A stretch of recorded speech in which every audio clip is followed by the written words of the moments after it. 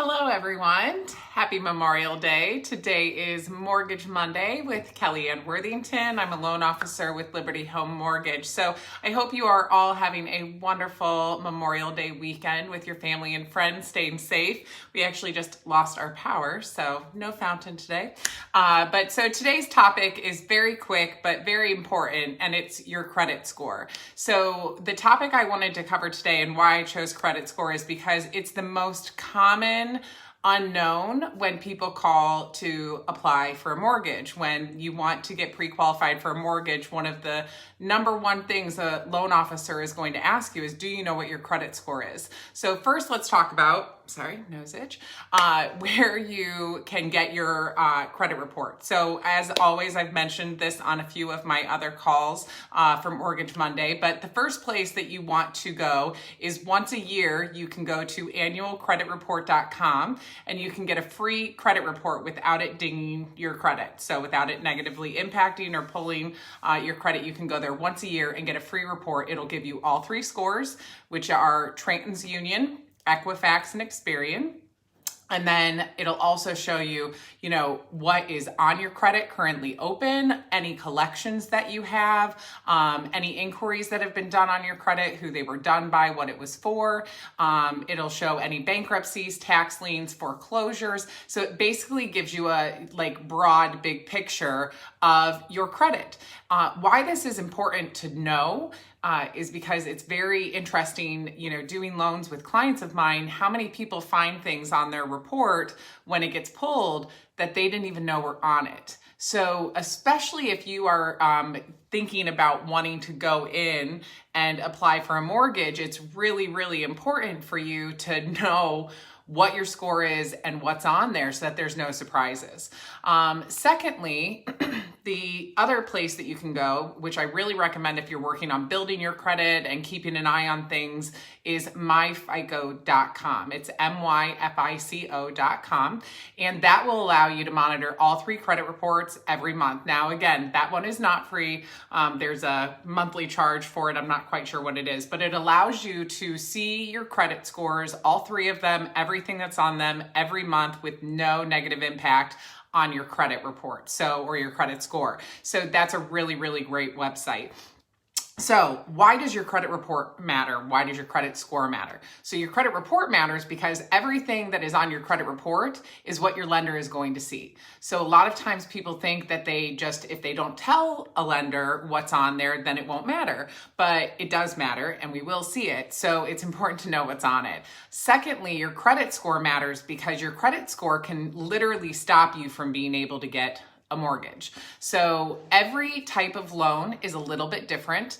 And pre-COVID, numbers were a little bit lower that we could go for the absolute min. But now we're kind of in a new phase, a new stage of mortgage loans. And so the numbers are a little bit higher with a little bit less leniency on that. So let's talk about credit scores and your type of loans. So for a VA loan or for an FHA loan, your credit score, absolute min, at least for us, I should say, every lender is different. But for us, to get an FHA loan or a VA loan, you have to have a minimum credit score of 600. That's the absolute lowest we can go.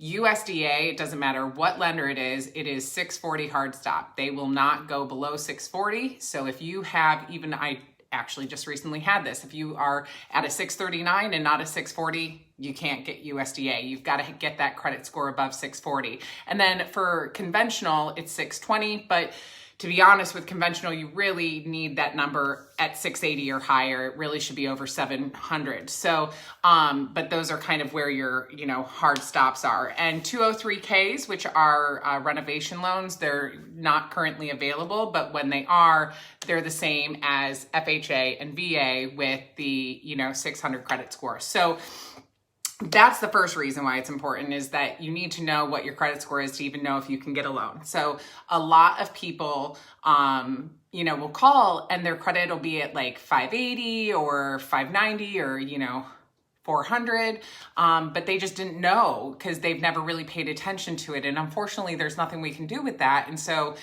that's why it's just very important to know about your credit score. So the next thing that's important to understand is what else is affected outside of just getting a mortgage with your credit score. Your interest rate that you can get and the cost of that rate is directly affected by your credit score. So the lower your credit score, the more your interest rate is going to cost you. And if you are somebody who's coming in with not a lot of excess funds to get a home, and you've got, your percentage down that you need for whatever type of loan you're getting, and then you've got some money for closing costs, but you don't have a lot of extra, your interest rate's going to go up if you can't afford, the points. So it's really, really important to understand why you want to get that interest rate, get your credit score higher, because the higher your credit score is, the lower the cost to you to get your mortgage loan, and the lower the cost over the life of the loan, because you'll get a better rate with a better credit score. So that's another reason why it's important.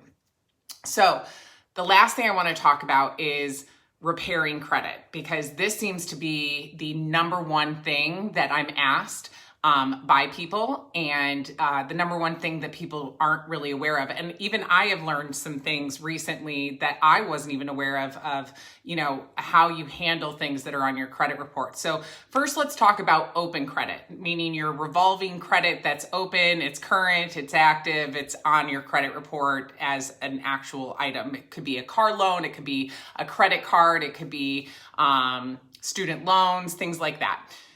So anything that's open on your credit, you want to try to get that number below 20% of your open availability. And the reason why, really under 10%, but 20% or under is at least a much better place to be.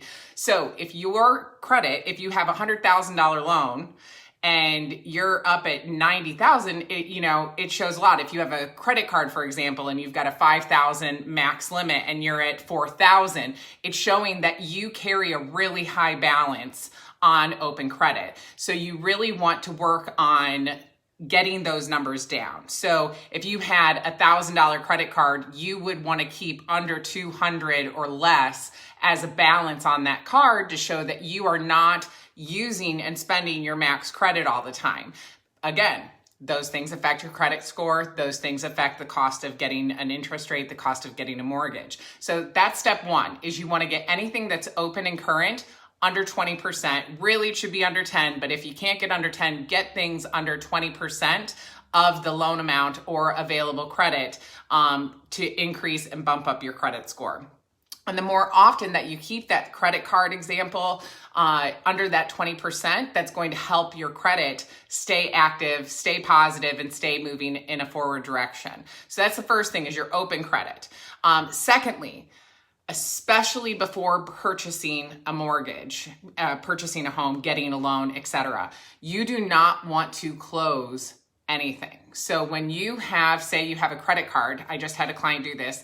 She had 2 credit cards, she was about to get a mortgage, and she closed both of the accounts. She paid them off, closed them off. Her credit score went down.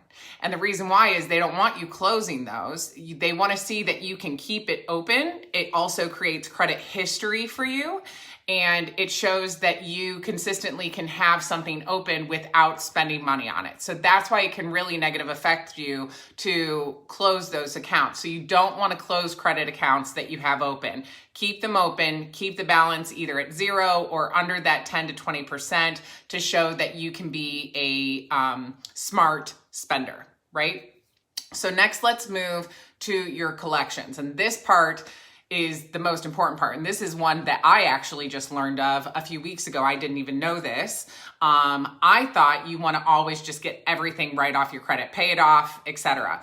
But that in collections, but that actually is not the case. So there are 2 different types of collections. There are collections that can come off your credit, and then there's collections that are going to stay there until after the 7 years or whatever of the history of the collection. So how do you differentiate those? The first thing is that you want to go in and you want to call each creditor on that you have in collections, and you want to ask them one very simple and very, very, very important question. You want to ask them, if I pay this off with you, will you give me a deletion letter? If they say no, you put them on the left list, the bad list. If they say yes, you put them on the right list or the good list. And then what you do is once you go through all of your collections and items that you have in there, and you have your list of who will give you a deletion letter and who won't give you a deletion letter, then you start working on the good list. And here's why. What a deletion letter is when you pay it off, the creditor gives you a letter saying they have paid off their collection in full, it's closed on our end. They send you the deletion letter, which you do have to request and ask for. A lot of these people they don't care if it's on your report or not. They just care about getting their money. So you have to be the one proactively asking for that letter. But when you get it, you can report it to the credit bureau, and then that collection, it comes off. It's no longer on your report. The ones on the left side, the ones that do not give you that deletion letter and that don't report to the bureau, other than that it's paid off, those are going to stay there, even when you're at zero. So when you're looking at, okay, I want to increase my score and I want to, get into a better position to get a loan for a home, and I want to get a better interest rate, and how do I, get that score up? Those left collections are the last thing. You would do everything else we've talked about today before you would do anything with those collections. Okay? Because those are the ones that it doesn't matter if you pay it off, they're still going to be on there as a negative ding on your credit, where the other ones on the right that give you a deletion letter come off, and those are the ones that can make a huge impact on your credit score increasing. Especially, I'll tell you, things like medical bills with I think it's called FFCI is the one around, the greater Cleveland area. But those type of bills, the second you get that deletion letter, those suckers, you call, turn it in, it comes off your credit, your credit score goes up. So those are the ones you really want to focus on.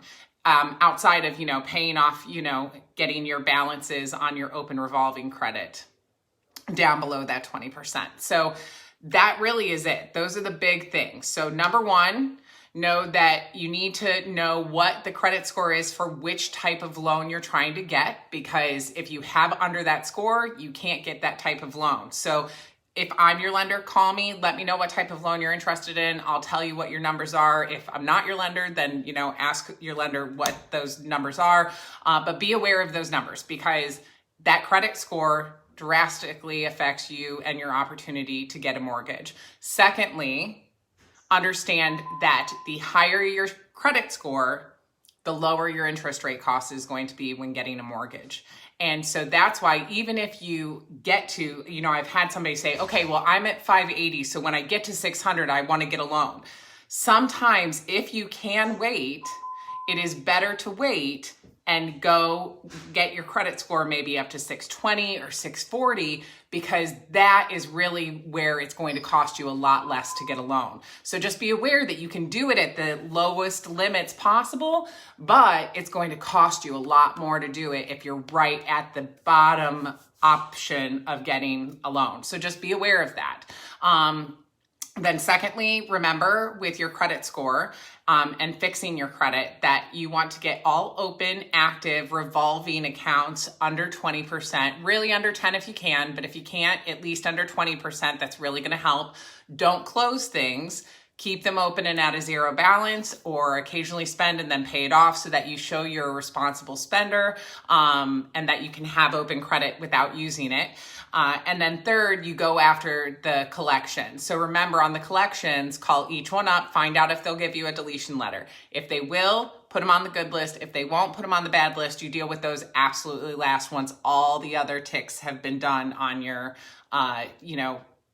scorecard, you could say. So that's the most important thing. So with that being said, I think that covers it. Oh, the last thing I want to talk about, inquiries. So your inquiries are anytime you apply for a credit card, go in to get a new cell phone.